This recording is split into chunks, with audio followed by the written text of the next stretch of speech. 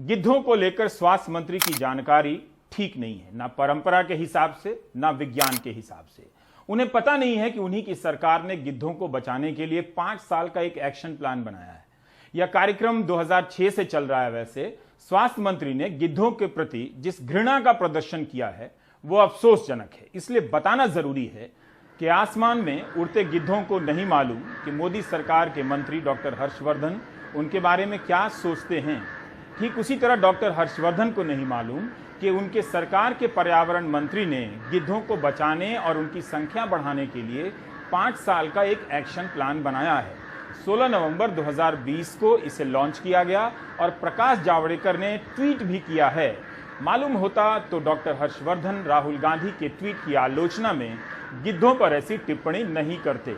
Action plan वाली report में पर्यावरण राज्य मंत्री बाबुल सुप्रियो लिखते हैं कि भारत में गिद्धों के सामाजिक और सांस्कृतिक महत्व को कम शब्दों में इस तरह से रखा जा सकता है कि वे मृत जानवरों के मांस को खाकर पर्यावरण को साफ रखने का काम करते हैं। तो इस तरह कोविड की इस दूसरी लहर में टीका और मरने वालों की संख्या को लेकर तरह तरह के सरकारी बयानों से अगर कोई झूठ साफ करने का काम करता है तो वो गिद्ध हो जाता है डॉक्टर हर्षवर्धन के अनुसार, और गिद्ध होकर भारत की संस्कृति की रक्षा करता है। ये तो अच्छी बात है। कोई भी व्यक्ति जो सरकार के झूठे दावों को चुनौती देता है, भारत की संस्कृति की रक्षा करने वाला गिद्ध अपने आप को गौरव से कह सकता है। एक्शन प्लान के अनुसार देश के 5 राज्यों में गिद्धों के प्रजनन केंद्र बनाए जाएंगे, जिनमें से एक राज्य उत्तर प्रदेश भी है। अभी कुछ दिन पहले डॉक्टर हर्षवर्धन ने वैज्ञानिक चेतना की चिंता में रामदेव को पत्र लिखा था, लेकिन गिद्धों के प्रति उनका नजरिया बता रहा है कि उन्हें भी वैज्ञानिक नजरिए को बेहतर करने की जरूरत है। Hope he doesn't mind and starts reading something about vultures. और ट्विटर पर गिद्ध वाली ट्वीट को जो उन्होंने पिंड किया है उस पर विचार भी कर लें। वैसे थाली बजाना साइंटिफिक टेम्पर नहीं था, बल्कि साइंटिफिक टेम्पर का पंचर कर देना था। अभी बात खत्म नहीं हुई है, शुरू होने जा रही है। इस ट्वीट में डॉक्टर हर्षवर्धन कहते हैं कि राहुल गांधी को न्यूयॉर्क टाइम्स पर भरोसा है, दिल्ली पर नहीं। क्या स्वास्थ्य मंत्री यह कह रहे हैं कि जो दिल्ली कहे उसे सच मानना होगा?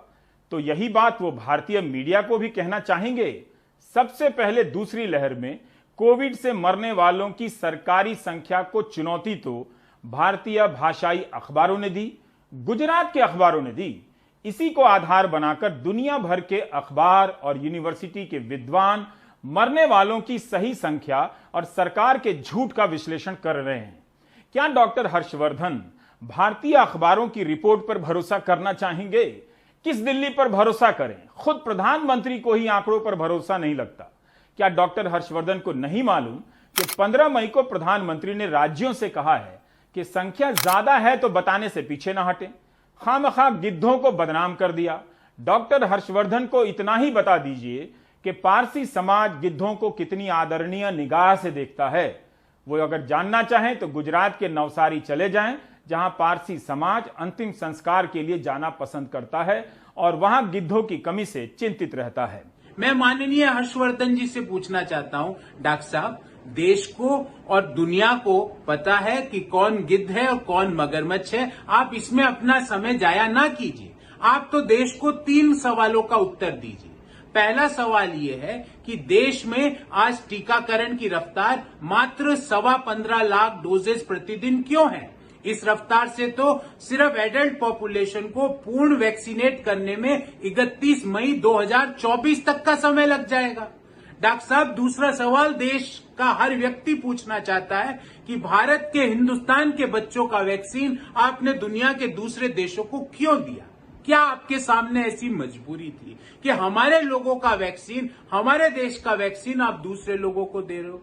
डॉक्टर साहब, आपसे तीसरा सवाल हिंदुस्तान का हर बच्चा पूछना चाहता है कि जब एक बाबा टीवी पर आके हमारे देश के डॉक्टरों का अपमान करते हैं, हमारे वैक्सीन का अपमान करते हैं, तो आप हाथ पर हाथ धरे क्यों बैठे हैं? डॉक्टर साहब, आप तो खुद एलोपैथी के डॉक्टर हैं। मरने वालों की सही संख्या का पता लगाना गिद्ध होना नहीं है डॉक्टर हर्षवर्धन जी, बल्कि सत्यमेव जयते के आदर्शों का पालन करना है। वाल्मीकि रामायण के अरण्य कांड के 50वें सर्ग का एक श्लोक है, श्लोक संख्या 3, जो मैं हिंदी में बता रहा हूं, जिसमें जटायु कहते हैं, हे 10 मुखी रावण, मैं प्राचीन सनातन धर्म में स्थित सत्य प्रतिज्ञ और महाबलवान गिद्धराज हूं। मेरा नाम जटायु है। भैया, वो भैया कहते हैं, इस समय मेरे सामने तुम्हें ऐसा निंदित कर्म नहीं करना चाहिए। गिद्धराज सत्य प्रतिज्ञ हैं। बताइए डॉक्टर हर्षवर्धन को, सत्य के साथ खड़े हैं और निंदित कर्म का विरोध कर रहे हैं। सबको पता है कि सरकार ने मरने वालों की संख्या सही नहीं बताई है। हर किसी को गिद्ध बनकर उस पर सवाल करना चाहिए। इस बात को लेकर दुनिया भर के विद्वान सरकारी दावों से, अलग अलग अखबारों में छपी खबरों और अन्य माध्यमों से आंकड़ा लेते हैं और उसका विश्लेषण करते हैं, क्योंकि सरकारें झूठ बोलती हैं, फर्जी डेटा देती हैं। इसे लेकर इमोशनल होने की क्या जरूरत है। केरल एक ऐसा राज्य है जहां के अखबारों में मरने वालों की सूचना और श्रद्धांजलि छपने की परंपरा है। इसके लिए कोई अखबार श्रद्धांजलि छापने के लिए पैसा नहीं लेता है। हिंदी प्रदेशों से निकलने वाले हिंदी और अंग्रेजी के अखबारों में श्रद्धांजलि छपवाने के पैसे देने होते हैं। मलयालम भाषा के अखबार वर्षों से प्रिंट और ऑनलाइन संस्करणों में मुफ्त में श्रद्धांजलियां छाप रहे हैं। अखबारों के हर जिला संस्करण में एक पन्ना श्रद्धांजलि और मरने वालों की सूचना का तो होता ही है। केरल के पाठकों के लिए यह देखकर रख देने वाला पन्ना नहीं होता है, बल्कि उनकी नजर इस पन्ने पर जाती ही जाती है। आप चाहें तो मलयालम मनोरमा, माध्यमम, मातृभूमि, केरला कौमुदी के किसी भी संस्करण को उठाकर देख सकते हैं। माध्यमम अखबार के एक पत्रकार ने बताया कि केवल सूचना देनी होती है, मरने वालों की सूचना छपेगी ही, मना नहीं कर सकते। यह एक तरह से केरल के अखबारों की पब्लिक सर्विस है। अगर परिवार चाहता है कि मौत का कारण कोविड लिखा जाए तो अखबार लिखते हैं, नहीं चाहता है तो अखबार नहीं लिखते हैं। हमें इसकी जानकारी नहीं कि इन अखबारों ने गुजरात के अखबारों की तरह सरकारी आंकड़ों की तुलना में छपने वाली श्रद्धांजलियों की संख्या का कोई विश्लेषण किया है या नहीं। डॉक्टर हर्षवर्धन चाहे तो इनकी गिनती कर केरल सरकार के आंकड़ों को चुनौती दे सकते हैं, लेकिन जानबूझकर कोई इस मामले की तह तक नहीं जाना चाहता है। सबको सुविधा है, मगर रिसर्चर तो गिनती करेंगे, क्योंकि सही संख्या से ही आप कोविड या किसी भी महामारी से लड़ने की बेहतर तैयारी कर सकते हैं। Do you get my point? खराब प्लानिंग से कितने लोग मर गए और मार दिए गए इस बार, यह जानना जरूरी है। तभी आप आगे की सही प्लानिंग कर पाएंगे और उस प्लानिंग की सही या झूठ को पकड़ पाएंगे। इंडियन एक्सप्रेस में चिन्मय तुम्बे का एक लेख छपा है। चिन्मय बता रहे हैं कि 1918 में जब भारत में स्पेनिश फ्लू नाम की महामारी आई, तब कितने लोग मरे, उसकी संख्या को लेकर आज तक शोध हो रहे हैं।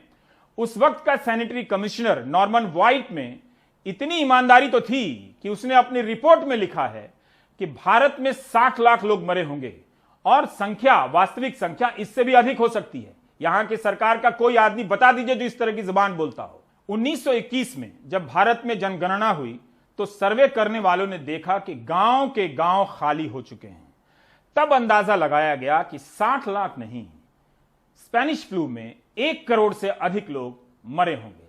चिन्मय तुम्बे ने अपने शोध के दौरान पाया कि भारतीय उपमहाद्वीप में 2 करोड़ लोग स्पेनिश फ्लू से मरे थे।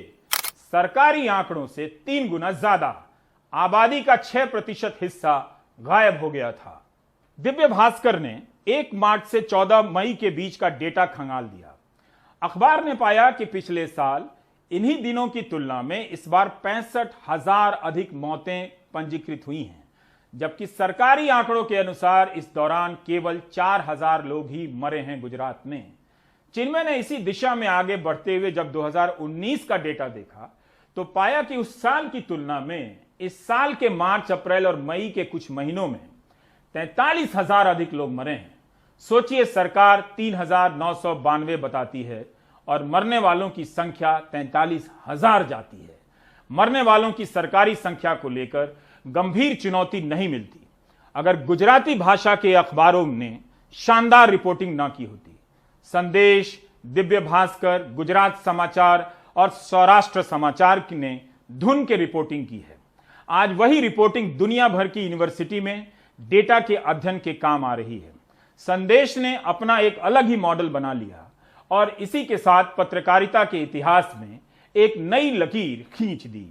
संदेश अखबार में अप्रैल के महीने में श्रद्धांजलि की संख्या अचानक बढ़ जाती है, जहां पहले मुश्किल से एक पन्ना भी नहीं भरता था, 8 से 10 पन्ने केवल श्रद्धांजलियों के छपने लगे। अखबार ने सही समय पर नोट कर लिया कि कोविड से मरने वालों की सरकारी संख्या सही नहीं है, तो संवाददाताओं की टीम सिविल अस्पताल और शहर के तमाम शमशानों में लगा दी गई। कोविड प्रोटोकॉल से अंतिम संस्कार किए जाने वाले शवों की गिनती की जाने लगी और शमशान के रिकॉर्ड छापे जाने लगे। इसके अलावा अखबार ने अपने सभी संवाददाता, ब्यूरो चीफ और वितरण के नेटवर्क से जुड़े लोगों को मरने वालों की संख्या की गिनती में लगा दिया। हर दिन एक जिले के 5 गांवों का चुनाव होता था और उसका डेटा लिया जाने लगा। हर दिन संदेश ने 3 तरह के डेटा छापे। अस्पताल से जो बताया जाता था कि कोविड से इलाज के दौरान एक अलग डेटा देता था कि कितने मरे। फिर जिले में बनी डेथ ऑडिट कमेटी समीक्षा करती थी और कोविड से होने वाली मौतों को प्रमाणित करती थी। इस कमेटी की